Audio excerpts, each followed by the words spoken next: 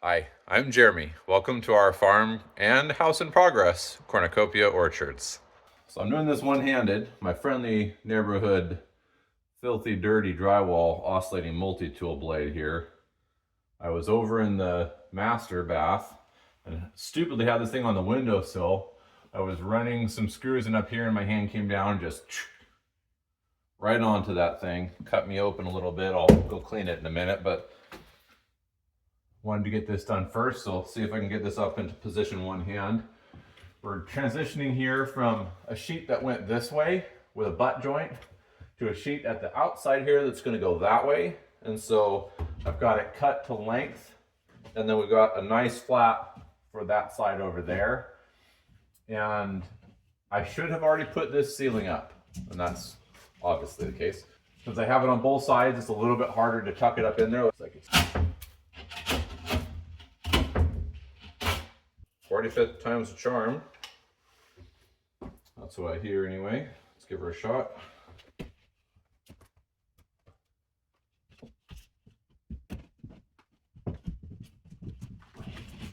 Oh, and there she is.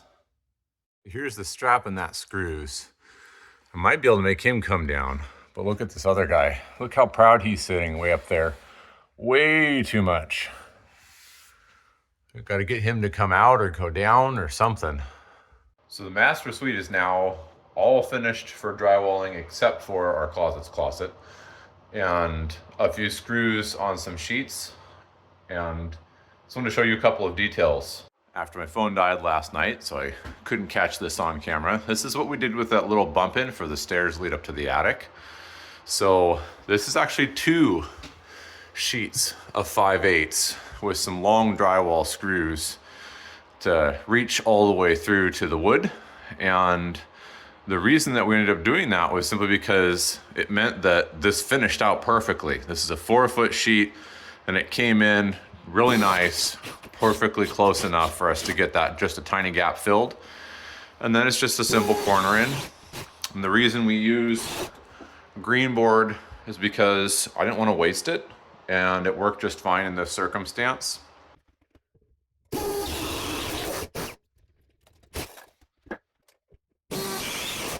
didn't realize that. So when it's all the way extended on the black piece, you've cut through your ceiling. And that's probably for 5/8, but 1/2 inch for sure. So it does have a safety feature to where you don't cut up into your wires so long as they're not right on the drywall. So this is our little closet, and I'm just finished setting the drain down for these. These are full of water, and so I will get a little drip when I pull off those two pieces, but it'd be a heck of a hole, and I'd have to drill into this board in order to get those to go through with those handles. So here is the finished out master bathroom, ready for mud work and rock and roll. This go board came out really nice. I am pleased with it. We will definitely use it again if we need to. Well, we're wrapping up on the second floor, and I'm starting to move on to the stairs. And we're going to do the stairs to attic first instead of the stairs to ground first, then finish out the attic floor.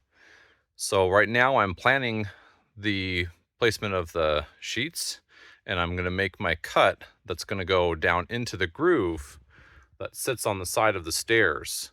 It's designed to take a 1-inch skirt board as well. It's a 1.5 inch pocket. I'll probably end up doing a 7/8 skirt board, more than likely.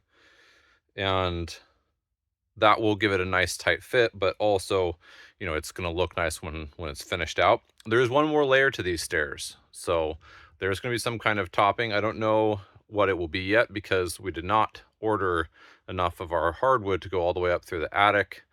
That would have been even more money, and we didn't have that right now, but it will be something. And so right now I have to figure out what that angle is. So I've dropped down my 8 feet, and now I just have to get that measurement to see exactly how far down I need to be. So I have this little snapline here that I've put off of that little screw, and it comes down the boards here over to right there. That's 12 feet. I want this sheetrock to wrap to that corner. So I don't care about that last little bit that's going to be hidden, right?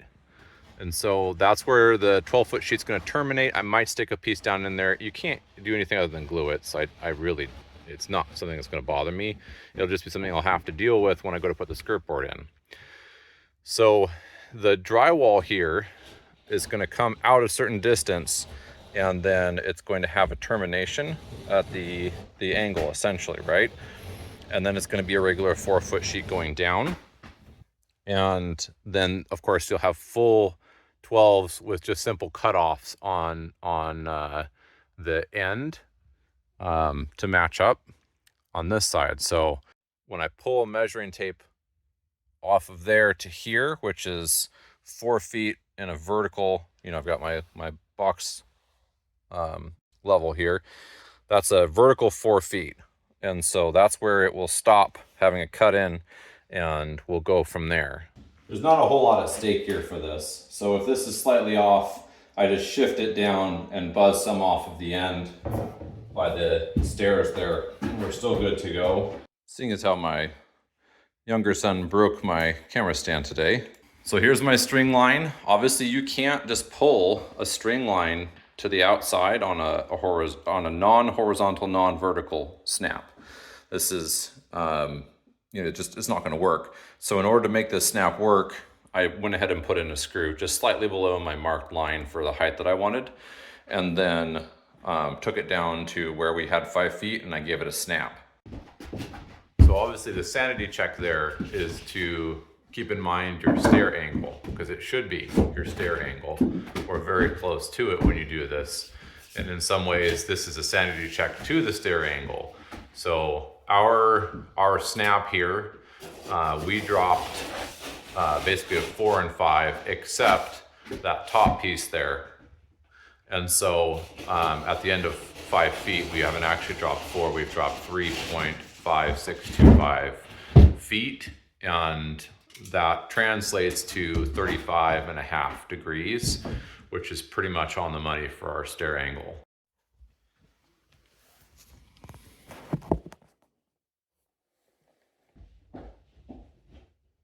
One thing I definitely would have done if I knew what I know now, and if I had the confidence that I have now in the whole building process, is I would have made all of these doors full width, at least 32 inches wide, if not 36 inches wide. It just would have made all of this so much easier to have had a much broader door. And if that meant slightly changing some of the non-load bearing interior walls, I would have done it. Because man, is it not easy to get stuff around in here. And I think it's going to be a challenge to get furniture through. I did increase the size of the doors from the default plan by a couple of inches, but I wished I'd gone even more.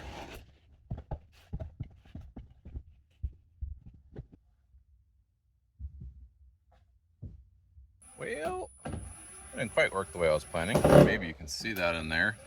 It's not sitting on there, it's sitting on this one screw, and there's a support screw down there, and I've kind of got this one started. I was just coming up here to check level, and it's indicating exactly what I would have expected. We're right where we need to be there, but I can see that there's a little bit below that lower line with the arrow. So yeah, however, I was looking down that way, and then I realized I'd done this all wrong. See, there in the end is my mark.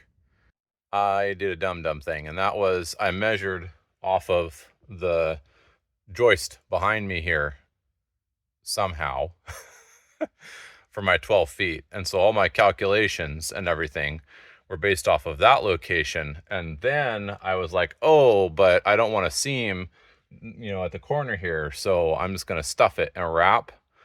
And here's the thing. I cut out for that floor joist. So I'm going to go ahead and keep it on this side, and I'll do it right on the other side.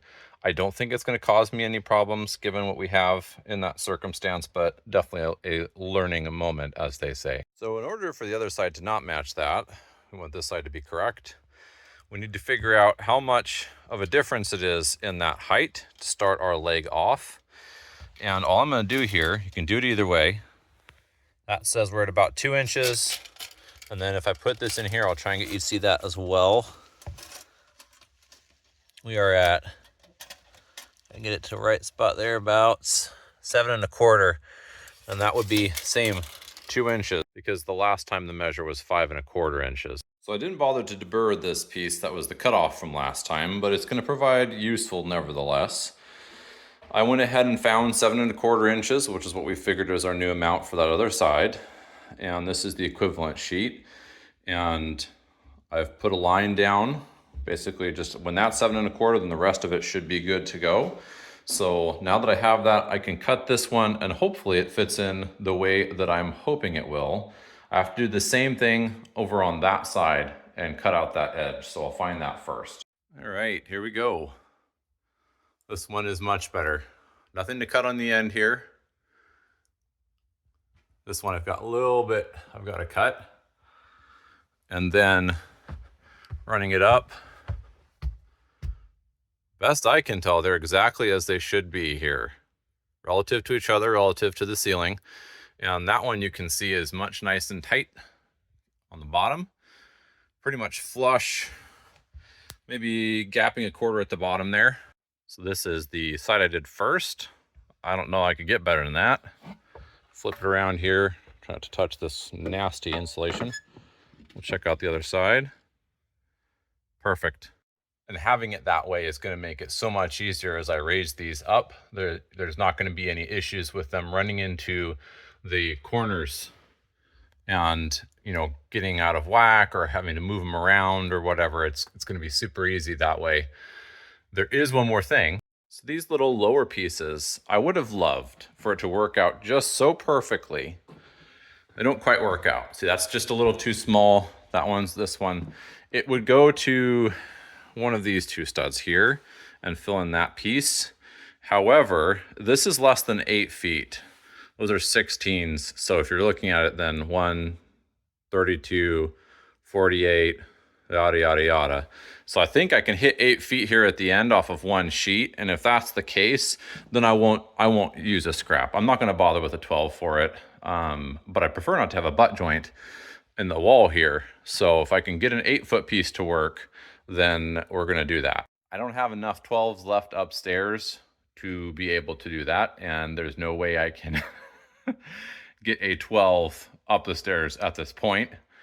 Short of back cutting it and then hoping the paper doesn't break. And I'm not confident in my ability to move things around corners and not rip the paper, so I'm not going to try. Well, it's Dad Day weekend, and I'm going to get some cleaning done up here. Got a lot of stuff.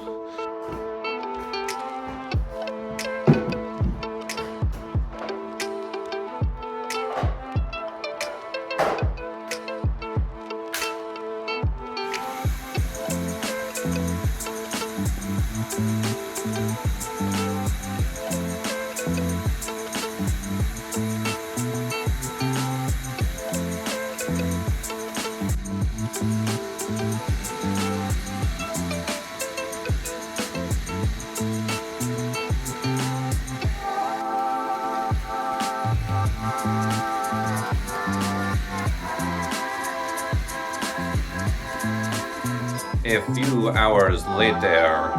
Well, it's sure nice to have it cleaned in here.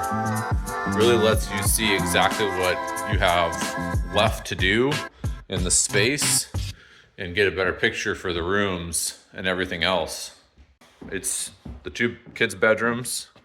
This thing right here, this is our linen closet in the hall. And I don't know. I still don't know how I'm going to build it exactly. So it'll be literally the last thing we do on this floor.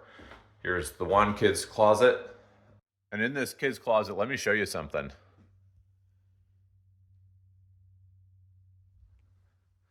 And that is why they don't like tape. So that definitely did not stay. I'm going to probably have to couple that down and get a good grip of a strap on there. That's an elbow I put through the floor and hoped that it was enough to hold, and it wasn't enough to hold. And the tape didn't hold it at all. So there you go. That's why they don't like tape joints. I did say we are patching a lot of the closet spaces. They're such small pieces, and I don't really feel like spending the extra, and I don't really mind if there's a few extra joints in here. So like these 2 are going to go into that space. We're going to get some 3-footers and run them up through here, because we have those like these. And then same on the ceiling, just about right. Have this scrap here for the wall and these for this piece here. So, I mean, maybe I could get some of that footage with a GoPro, but there's no way I can, I mean, you'd be staring at my backside the whole time. So that ain't gonna happen. I do have one last thing in this bathroom that I've got to do, and then I can finish up filling in this last sheet here. I put in the one sheet up on the ceiling. I gotta fix the HVAC duct, and then this particular closet has enough clear space. There's a 4 foot plus there, an almost 4 foot wall, an almost 4 foot wall, that I probably will use some 8 foot by 4 foot sheets instead of scrap, but I couldn't decide at the end of yesterday, so I did the stair project first 2 sheets instead. Next time we'll be headed up into the attic. We're gonna try and knock that out for the most part before we head back down to the first floor, because it's likely to be where we're gonna start our tape, mud, sand process. And if we started up there, then hopefully by the time we make it back down to the first floor, we'll be at least goodish at it, maybe? Thank you for watching. I hope you enjoyed this video. This is just such an exciting phase of the build for us. Things are really feeling like they're starting to get moving again. I hope you have a great rest of your day, and we'll see you next time.